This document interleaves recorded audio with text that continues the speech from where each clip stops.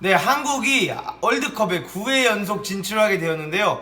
한국이 우즈벡과의 경기에서 안타까웠던 점들을 분석을 해봤습니다. 어떤 점들이 안 좋았는지 한번 보러 가시죠. 렛츠고! 우선 첫 번째로는 보여드리고 싶은 부분이 바로 너무나도 공간 이해도가 좋지 못했다라는 거예요. 현재 여기 장면에 보시면은 공격이 이렇게 몰려있는 것을 볼 수 있고요. 그 다음에 수비 따로가 이렇게 있는 걸 볼 수 있어요. 요 가운데 지역에서 이 미드필더 역할을 해줄 수 있는 선수가 거의 없었던 장면들을 많이 볼 수가 있는데요. 이번 장면에서도 현재 장현수와 정우영이 이렇게 아래로 내려와 주면서 공격수들은 뭉쳐있고 장우영, 장현수는 붙어있고 이 가운데 지역에서 아무도 볼을 받아주지 않으니 롱킥을 이렇게 할 수밖에 없었던 거죠. 그래서 이번 장면에도 보시면은 현재 뒤로 패스가 가고 공을 받으러 가는 장현수와 정우영을 보실 수 있죠. 그러면서 자연스럽게 이렇게 미드필더들이 뭉쳐있고 스트라이커들이 여기 이렇게 뭉쳐있으니까 도저히 풀어갈 수가 없는 거예요. 결국에 그래서 공을 받았을 때 할 게 없으니까 길게 나가게 되는 것이고, 보시는 것처럼 딱 섹션이 나눠지는 걸 볼 수 있죠. 그러니까 이렇게 나눠지다 보니까 이런 지역에서 공을 받아서 플레이하는 선수가 있어야지 우리가 공을 받아서 나아갈 수가 있는데, 그런 선수가 없다 보니까 결국에는 이렇게 긴 볼이 나가게 되고, 이 나가고 나서도 패스에 서로 부정확하게 하고 좋은 플레이가 이어갈 수 없었던 거죠.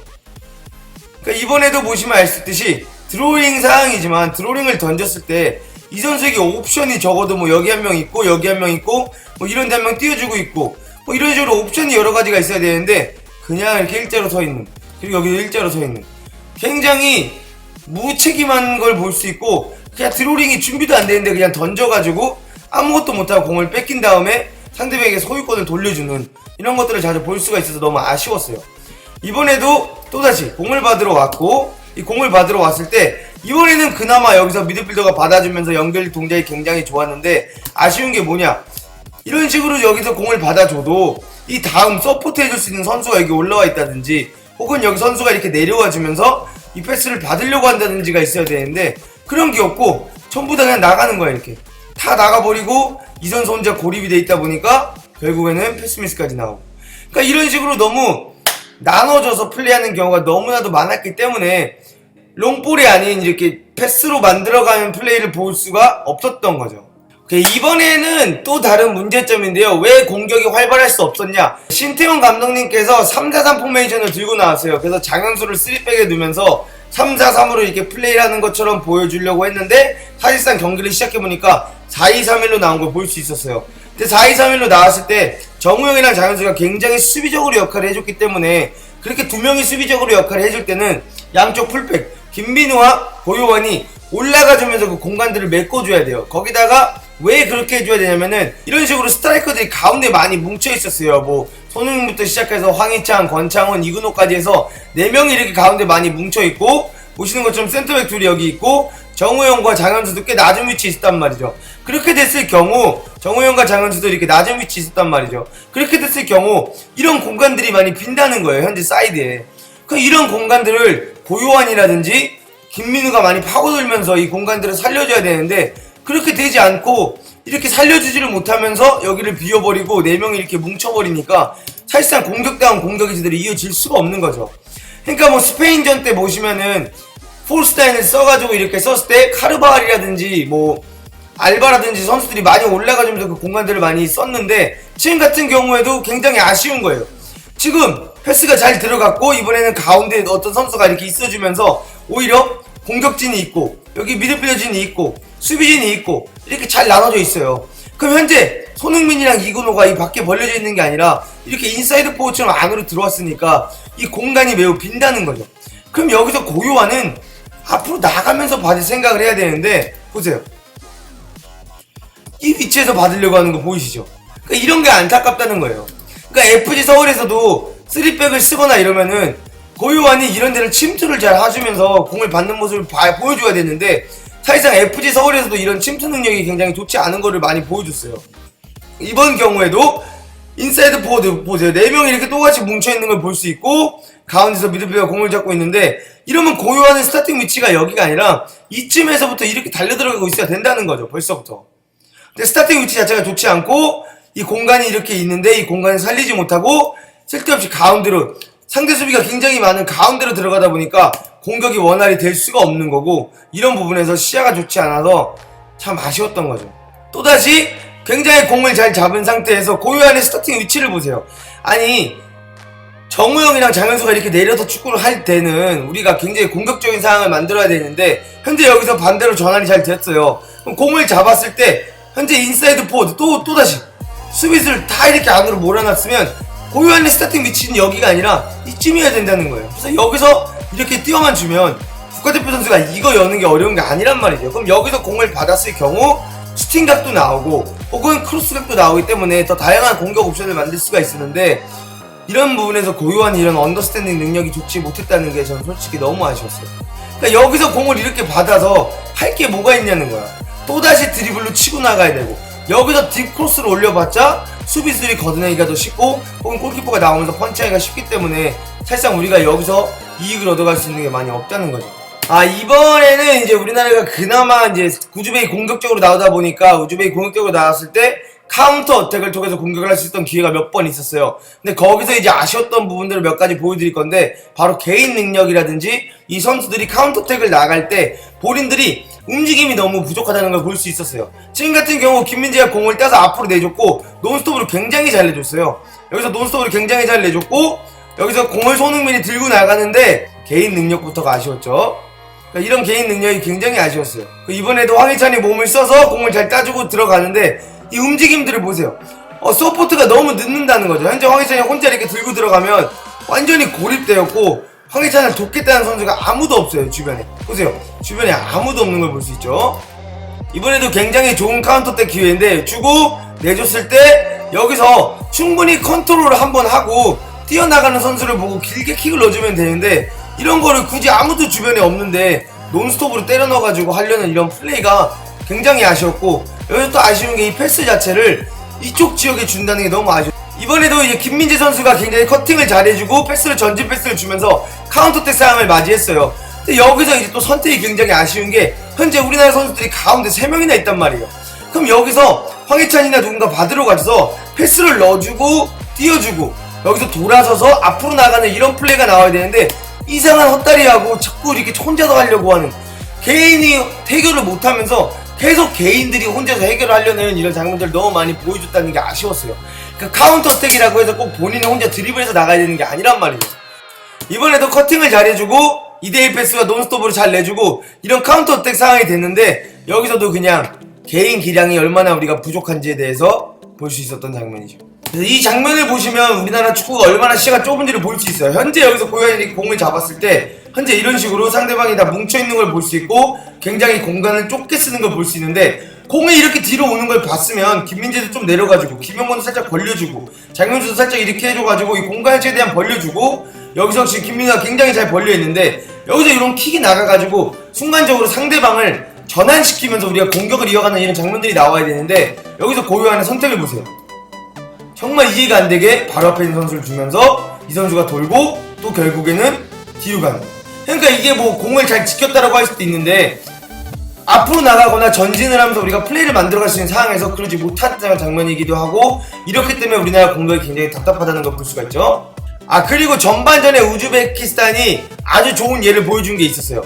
센터백과 풀백의 거리 아주 이상적이죠. 그래서 풀백에 패스를 줬고, 풀백에 패스를 줬을 때 윙어는 앞으로 나가면서 공간 없애주죠. 그리고 미드필더는 받으러 와주죠, 공을. 미드필더가 받으러 온 거를 다시 윙어가 나오면서 패스를 주고, 그 윙어가 나오니까 요 공간이 비는 거를 풀백이 오버래핑해서 나가주고, 또다시 미드필더가 가만히 제자리에 서 있는 게 아니라 공간으로 움직여줘서 그 공간에서 받아서 하프턴, 그 다음에 또다시 연결. 그러니까 이런 식으로 공간마다 이렇게 선수들이 배치되어 있는 걸 볼 수가 있잖아요. 현재 이런 식으로 공간마다. 그러니까 이런 식으로 플레이를 만들어 가야 되는데, 결국엔 사이드까지 나와서 이게 크로스까지 이어지면서, 비록 크로스가 좋지는 못했지만 이런 이상적인 플레이, 그리고 이렇게 공간들을 다 우리가 먹고 있다 보니까 보세요. 공이 튕겨 나왔을 때 세컨볼까지 여유롭게 가져가면서 상대방을 이렇게 가다놓고 플레이할 수 있는 경우가 나온다는 거죠. 그러니까 우즈베키스탄이 이런 게 자주 나온 건 아니지만 우리나라가 우즈벡을 상대로 이런 식으로 경기를 충분히 운영해서 풀어나갈 수 있어야 된다는 거예요. 우선 이번 두 경기를 통해서 이란전과 우즈벡전을 통해서 우리가 얻을 수 있었던 거는 바로 이 어린 선수 센터백 김민재가 아닐까 싶어요. 현재 공이 이렇게 나가고 공이 다시 들어올 때 저는 김민재의 위치를 보고 싶은데, 현재 우리가 또 공을 땄을 때 공이 여기 우즈벡 선수에게 갔을 때 라인이 이렇게 높은 걸 볼 수 있는데, 김민재는 바로 내려주면서 크로스를 대비하려고 미리 공간에 들어가서 위치하고 있는 걸 볼 수가 있어요. 반대로 김영권이나 다른 선수들은 내려오는 게 약간 늦는 걸 볼 수 있죠. 그래서 김민재가 먼저 내려가줘서 공간을 잡고 있고, 혹시나 크로스가 올라왔을 때 본인이 들어가면서 헤딩을 딸 수 있게끔 미리 내려가서 공간을 잡고 있는 걸 볼 수 있어서 이런 게 조금 인상적이었어요. 현재 상대방이 이렇게 앞으로 나와서 전진을 하는 경우 김민재가 이렇게 뛰는 거를 보고 같이 띄워주는 걸 볼 수 있죠. 자, 같이 띄워주고 심지어 몸을 돌리면서 공을 따주고, 그 다음에도 상대방이 이렇게 들어올 때 무르다가 위기가 나올 것 같으니까 본인이 앞으로 스텝아웃 해주면서 공을 블락해주는 그러니까 이런 존재감이라든지 크기, 신체 조건 모든 부분에서 김민재가 부족하지가 않았고, 심지어 가장 어린 나이에도 불구하고 이런 식으로 경기를 읽는 능력이라든지 공을 따내는 능력, 그리고 그 공을 따내고 나서 패스를 주는 능력까지도 가장 좋았던 거를 볼 수가 있었어요. 여기서도 공을 뺏기자마자 본인이 다시 리커버리 해주면서 공을 따주는, 그러니까 이 모든 면에서 일단 김민재라는 선수를 이번 경기를 통해서 이 김민재라는 선수를 우리가 얻은 것 같고, 앞으로 이번 월드컵이 나가게 됐는데 월드컵에서 기대되는 선수는 결국에는 김민재의 발전, 김민재가 아닐까라는 생각을 하고 있어요. 저는 개인적으로 이번 월드컵에서 김영권 이런 선수들보다는 만약에 4백으로 나올 거라면 김민재와 장현수 라인을 한번 사용해보는 게 어떨까라는 생각을 개인적으로 하고 있습니다. 그리고 또다시 이어지는 건데, 공간 활용도에 대해서 얘기해드리고 싶은데, 후반전에는 또 이런 장면이 많이 나왔어요. 보세요. 야, 어느 팀이 이렇게 일자로 공격에 서 있냐는 거예요. 어느 팀이. 그러니까 이렇게 되다 보니까 당연히 공격이 이어질 수가 없다는 겁니다. 그리고 이 장면에서 약간 아쉬웠던 게 뭐냐면, 현재 공을 가지고 이렇게 선수가 들어올 때 저는 손흥민의 움직임이 조금 아쉬워요. 여기선 이렇게 들어오기보다는 현재 여기서 반대 전환이 될 수 있는 상황이라고 하면 손흥민은 여기서 이렇게 안으로 뛰어들어가 줬어야 돼요. 그러니까 본인이 이렇게 안으로 뛰어가 주거나 아예 벌려주거나 이렇게 두 가지를 했어야 되는데, 애매한 위치에 서 있으면서 오히려 고요한이 드디어 한번 나오는데 이 나오는 거에 대한 방해까지 해버리면서 그냥 모든 공간 다 죽여버리고 결국에는 아무것도 못하는 상황을 만들어버린 거죠. 그러니까 여기서는 자기 욕심을 버리고 자기가 이 공간에 파줘서 수비수를 따라오게 만든 다음에 이 공간을 다른 선수가 쓸 수 있게끔 해줘야 되는데, 그런 능력에서 굉장히 부족했고요. 그리고 가장 아쉬운 장면들 중 하나가 바로 이런 장면들이에요. 현재 우리가 공격을 하고 있는 상황인데 여기서 공을 받으러 나왔을 때 이런 공간에서 가끔가다 우리가 공을 받았어요. 그러니까 많이 받지 못했는데, 이런 공간에서 공을 받았을 때 이런 거를 왜 다 논스톱으로 돌려놓는지 살짝 이해가 되지 않아요. 물론 좋은 패스였어요. 나쁘지 않은 패스였는데 우리나라 선수들은 이런 공간에만 들어가면 다 논스톱으로만 플레이를 하더라고요. 그러니까 이런 공간에 들어가면 들어갈수록 좀 더 여유있게 플레이를 가져갈 수 있어야 되는데 너무 논스톱 플레이만 가져가니까 급한 축구가 되는 거죠. 여기서도 공을 잡고 이동국이 턴을 하고 충분한 여유가 있어서 땅볼로 이렇게 줬더라면 김민우가 들어오면서 그냥 왼발 슈팅이 가능한 각인데, 여기서 이렇게 여유가 없어가지고 오버패스를 하고, 이게 이제 결국에는 좋은 찬스가 진짜 아무것도 아닌 찬스가 돼버리는 안타까운 상황이었어요. 여기서 이제 김민우가 이렇게 공을 들고 들어가는데 이런 장면들이 저는 굉장히 좋았던 것 같아요. 김민우가 이렇게 들고 들어갈 때 이렇게 사이드로 벌려주는 선수가 있고, 사이드로 벌려주고 김민우도 가만히 서 있는 게 아니라 계속 들어가주고, 이게 들어가주다 보니까 수비수를 딸고 들어가게 되고, 이렇게 되면 다시 인사이드로 들어가면서 공간을 활용할 수 있고, 황희찬도 여기 들어가서 서 있는 게 아니라 지금 말하는 것처럼 이렇게 공간으로 나와주면서 이 공간에서 공을 받아주고, 근데 여기서 똑같이 아쉬웠던 게 이거를 논스톱으로 줘버리면서 또 들어가는 이런 장면이 좀 아쉬웠어요. 이런 걸 좀만 더 여유롭게 컨트롤해서 슈팅을 한다든지 이런 장면이 좀 나왔으면 좋겠는데, 물론 이 논스톱 패스가 나쁘지 않았는데 이런 상황에서 좀 여유가 있었으면 좋겠다는 점을 말씀드리고 싶었어요.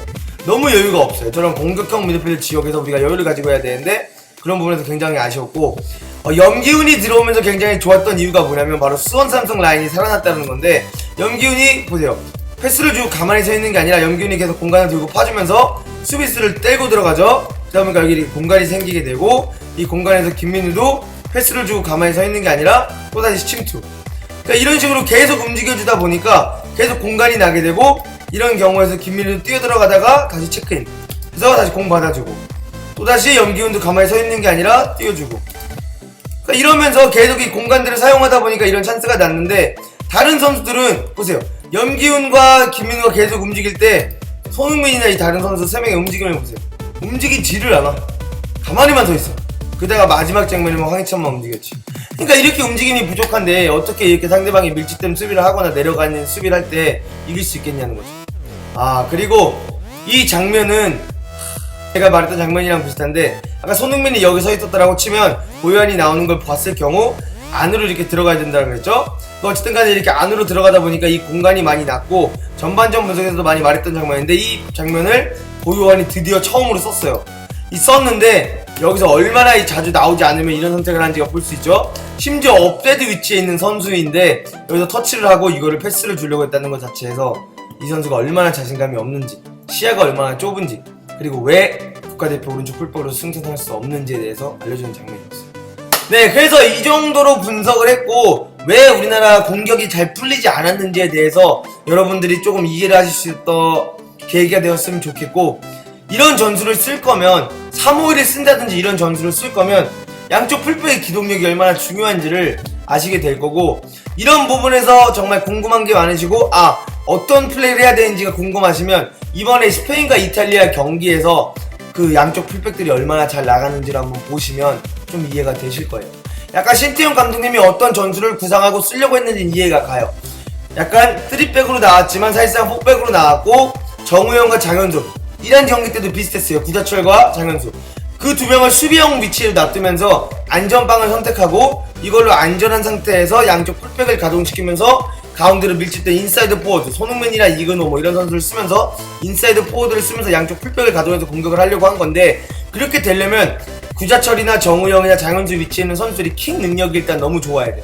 근데 그 킥 능력도 좋지 못했고, 반대로 양쪽 풀백의 크로싱 능력이라든지 양쪽 풀백의 공격적인 가담 능력, 오버래핑 타이밍 능력도 좋지 못했기 때문에 사실상 이뤄질 수 없었던 전술이었던 거예요. 좋아요와 구독하기도 잊지 마시고요. 가족 여러분들의 생각이 어떠신지, 이번 경기에 대한 저희 분석에 대해서 어떻게 생각하시는지 댓글에 남겨주시면 같이 소통하면 재밌을 것 같아요. SPT Train Like Pros.